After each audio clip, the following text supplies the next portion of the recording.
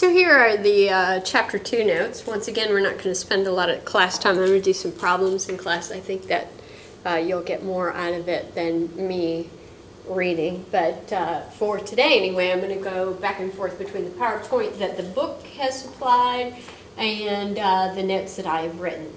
So we're expanding our view of atoms, and we're going to talk about compounds and really how they came about thinking the atom was the atom, which, by the way, is a continually changing process. Things will change from now until you finish college. Just stay tuned. Okay, so one of the big precepts that all of chemistry is based upon is that matter is conserved. That means what you start out with is what you end up with. Now that doesn't mean that it's exactly the same, but certainly the amount of it must be the same. So this French guy called Antoine Lavoisier, one more time, Antoine Lavoisier, formulated the law of the conservation of mass, which says in a chemical reaction, matter is neither created nor destroyed. Please note, in a chemical reaction, in a nuclear reaction, that isn't the case. Hence, when a chemical reaction occurs, the total mass of the substances involved in the reaction does not change. The way they are combined changes. So here is a little demonstration. We have sodium, a gray solid that is soft, can be cut with a knife, and chlorine gas, a poisonous green gas. If you took a chunk of sodium as pictured in the slide here and threw it into water, a beaker of water would explode, break the beaker. If you took the top off of that Erlenmeyer flask and took a whiff of the chlorine gas, you would be dead. You combine those two and you make what we use in our daily lives all the time, salt, table salt. Okay, so the amount of sodium plus the amount of chlorine that is combined, 19.6 grams, makes 19.6 grams of sodium chloride. I believe you probably already knew that. Now, here is a kind of refined thought about that, the law of definite proportions. Joseph Proust made these observations. All samples of a given compound, like that NaCl, regardless of their source or how they were prepared, will have the same proportions of their elements. What that means is there will always be one sodium to one chlorine. In water, no matter where you got the water from, there are 2 hydrogens for every 1 oxygen. Once again, that's easy peasy lemon squeezy. Sometimes this gets a little trickier. It's called this is the law of definite proportions, and here we go. Here's our water. One more slide. The law of multiple proportions is a little trickier. John Dalton, who is one of the pioneers in atomic theory, said this: when 2 elements, let's call them A and B, form 2 different compounds, A and B, the masses of the element B that combine with 1 gram of element A can be expressed as a ratio of small whole numbers. So that was very clear, wasn't it? No. So, you can have A, B1, A, B2, A, B3. You cannot have A, B 1.62. It is a whole number ratio. Whole number ratio. Our example is water is H2O. Hydrogen peroxide, H2O2. The ratio between the oxygens is 1 to 2. Okay. Now let's talk about atomic theory. And we'll talk about John Dalton first. And here is his take on atomic theory. Oops, I clicked incorrectly. Here we go. All right. Each element is composed of tiny indestructible particles called atoms. All the atoms of a given element have the same mass and other properties. Okay, this was wrong because he did not know what an isotope was. So this is what the trick question is on every chemistry test, this is the thing that's wrong in Dalton's theory. Atoms combine in simple whole number ratios to form compounds. Atoms of one element cannot morph into atoms of another element. Okay, J.J. Thomson made something called the cathode ray tube, and he was the one who found electrons. Here's the cathode ray tube. Most of the experimentation done on the atoms was successful using the electrostatic charge. Electrostatic charge is nothing more than the attraction of dissimilar charges to each other and the repulsion of like charges. You'll notice the cathode and the anode have a charge, and they went ahead and put some gas in there. What would be attracted to the anode? Electrons. Okay. He found that the particles travel in a straight line,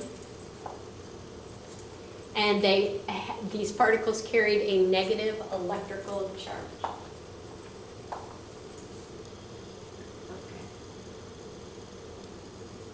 Okay, Millikan's oil drop experiment proved the charge of an electron.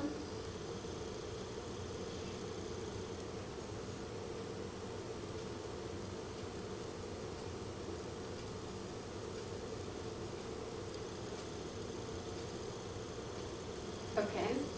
Then we have J.J. Thomson. One more time with his plum pudding model. Most people don't know what a plum pudding is. Think of it as bread pudding. Okay, here's the bread. Here's the raisins.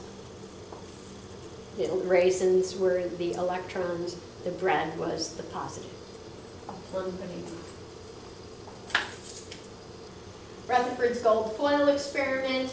Mr. Rutherford took a thin piece of gold foil. He shot some alpha particles into it. You should remember that an alpha particle is a helium nuclei. So it is positive charges, and these positive charges for the most part passed right through with little or no deflection. They just zipped through because there wasn't anything to hit. Occasionally they did hit something and they deflected back at large angles. They were deflected back because they would hit the nucleus. There we go. He then said that he thought that there was a region of positive charge, and indeed he was correct. That would be the nucleus.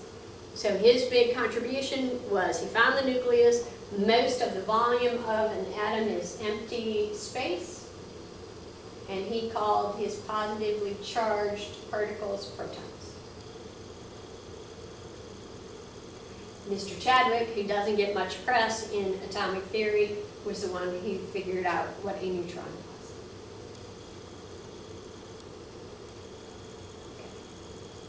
Alrighty, back to my notes really quickly and talk about stuff that you should already know. Alright, we're going to talk about subatomic particles, not subatomic particles, just the breakdown of a proton, a neutron, and an electron. The charge of a proton is positive. There is no charge on a neutron. A neutron is a proton that has captured an electron, and an electron which has a negative charge.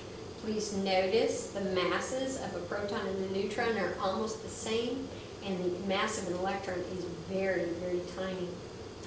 All right, a proton determines the atomic number, which gives the identity of an atom. That means that every atom with 7 protons in the nucleus is nitrogen. You take one away and it becomes a carbon atom. Neutrons make the mass number of an atom, and the electron, which is mobile, is responsible for bonding. Here is some things that you need to remember from Chem 1. An isotope are atoms of the same element therefore they have the same number of protons, but they have a different number of neutrons, so the mass number is different. This is isotope notation. Here's the element symbol. This is the mass number, and this is the atomic number. The atomic number are the number of protons in an atom. All atoms of the same element have the same number of protons. The mass number, you will recall, is the sum of the neutrons and the protons for an atom. A different mass number does not mean a different element, it's just an isotope. So here we have two different carbon atoms. They both have the same number of protons, so they're both carbon.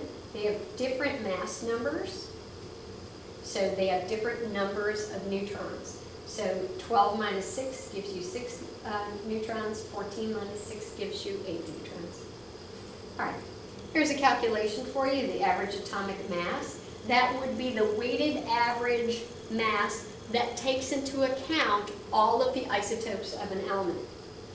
You take the mass number times the percent abundance, how frequently it's found, and you add it to the mass number times the percent abundance of another isotope. Here's an example.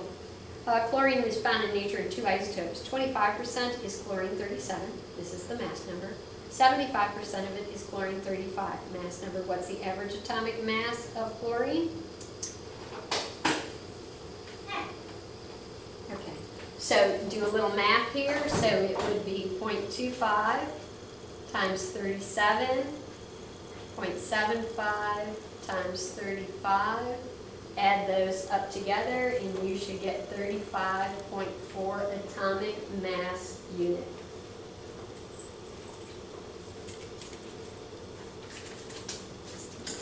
Okay. All right, percent abundance is how frequently you find it. All right, a little vocab for you and a look at the periodic table for the first time. Okay, and an ion is a neutral atom which has the same number of protons and electrons, and it either gains or loses an electron to become a charged particle. A charged particle is called an ion. Okay, a cation is positively charged. An anion is negatively charged. The oxidation number is the number of electrons that are lost or gained in an atom when it is bonding. Remember, things bond to try to mimic noble gas configurations. All right, a group or a family is the vertical column. Group A are representative elements. That would be these that stick up. Those are the representative elements. These are the transition elements. Okay. Representative elements are very regimented. They don't have different oxidation numbers. The transition elements do have numerous oxidation numbers. A period is a horizontal row. You need to know these names. Group 1, alkali metals. Group 2, alkaline earth metals. Group 17 are the halogens. Group 18 are the noble gases. Hey, here's the mole. I am going to insist that you use dimensional analysis when you do the mole. I'll be doing a lot of problems in class for you to remember how to do mole problems. This is what I call the mole map. You are going to do problems where you are going to figure out the number of particles. Remember, 1 mole is equal to Avogadro's number, 6.02 times 10 to the 23rd. Particles, molecules, electron, ions. 1 mole is equal to 22.4 liters of gas at standard temperature and pressure. 1 mole of gas, 1 mole is equal to the molar mass from the periodic table in grams. What I would like you to know is the interconversion of these. If you start with liters of gas and you need to figure out the mass of something, you have to first convert to moles and then into mass. Molar mass, you think grams, 1 mole of a substance. The atomic mass of atoms are the relative mass based on carbon-12. To calculate the molar mass of something, you just add them up. We will do problems in class. Mass spectrometry, no. Mass spectrometry. Okay, pretend I said that correctly. I'm not going to try it again. It's a device for measuring the mass of atoms or molecules. All right, once again, it is using an electrostatic charge so that they can be manipulated by external electric and magnetic fields. Here's what happens. You take a sample. I used to do this in the lab all the time. Take a sample, you introduce it, it is ionized. Usually they pull off an electron. And then they are sorted and separated according to their mass and charge. And then they are detected. Here is a picture of a spectrometer. Here we go. All right. So you're going to put the sample in there. You have it in an ion source. It then forces them through the accelerating slit in the tube. And based on its mass, it will hit in different parts and it will be deflected a different way, goes to the detector, and it gives you something called a spectrograph. And here would be the spectrograph. So if it took this sample of mercury, ionized it, the graph would look like this. It found a small percentage of the atoms had a mass number of 196. There are some at 198, 99, 200. You see the majority are 202, and there are some outliers here. So we can identify 7 isotopes of mercury based on the spectrograph. The height of each peak is proportional to the number of ions at each mass, and so you can look at it at a table, and this is one of the ways to figure out if you were given this and this, you should be able to figure out the average atomic mass.